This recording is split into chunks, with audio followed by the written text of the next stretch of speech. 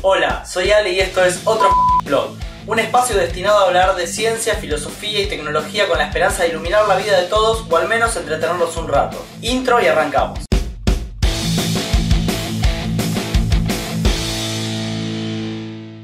Ok, vivimos en la era de la información y eso conlleva desinformación.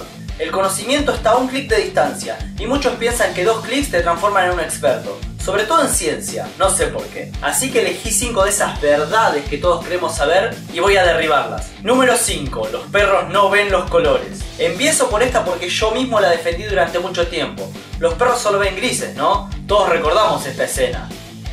Eso está mal. Los perros no ven los mismos colores que nosotros. La retina humana tiene 3 tipos de células cono. Células fotosensibles que captan las diferentes longitudes de onda de la luz. Los perros solamente tienen 2.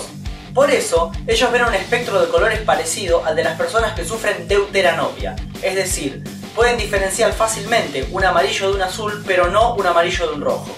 Número 4. Einstein no era bueno en matemática. ¿Qué?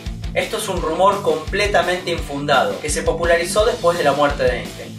De hecho, en la película de 1994 IQ aparece Einstein como personaje y en una famosa escena está haciendo una ecuación, se la corrigen y dice: cierto que siempre fui malo en matemáticas. Cualquier cosa. Einstein era tan bueno en matemáticas que estuvo a punto de convertirse en matemático y se dedicó a la física porque él suponía que le planteaba problemas más profundos y difíciles.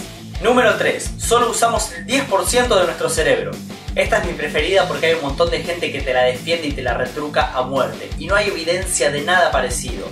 Es también una idea popularizada por el cine y por algunas publicaciones de liderazgo y autoayuda de dudoso rigor metodológico. Sin embargo, hay investigaciones y datos reales que pudieron malinterpretarse de esta manera. Un ejemplo, en los primeros estudios del siglo XX no se observaba actividad simultánea en más del 10% del cerebro. Actualmente no solo se observó actividad en todo el cerebro, sino que se sabe que muchas zonas trabajan simultáneamente incluso mientras estamos dormidos.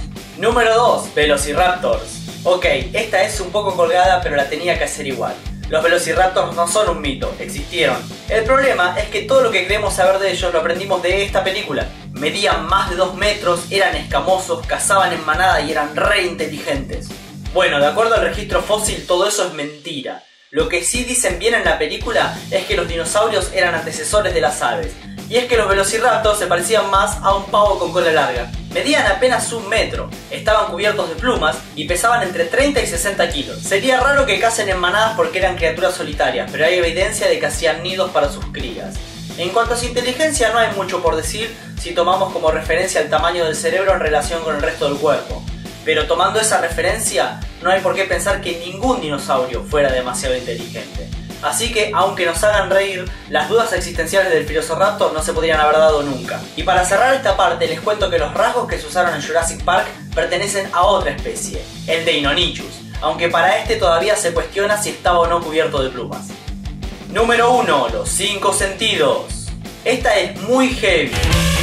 Y la dejé para el final porque la era de internet no tiene la culpa. A todos nos enseñaron de chicos que tenemos 5 sentidos.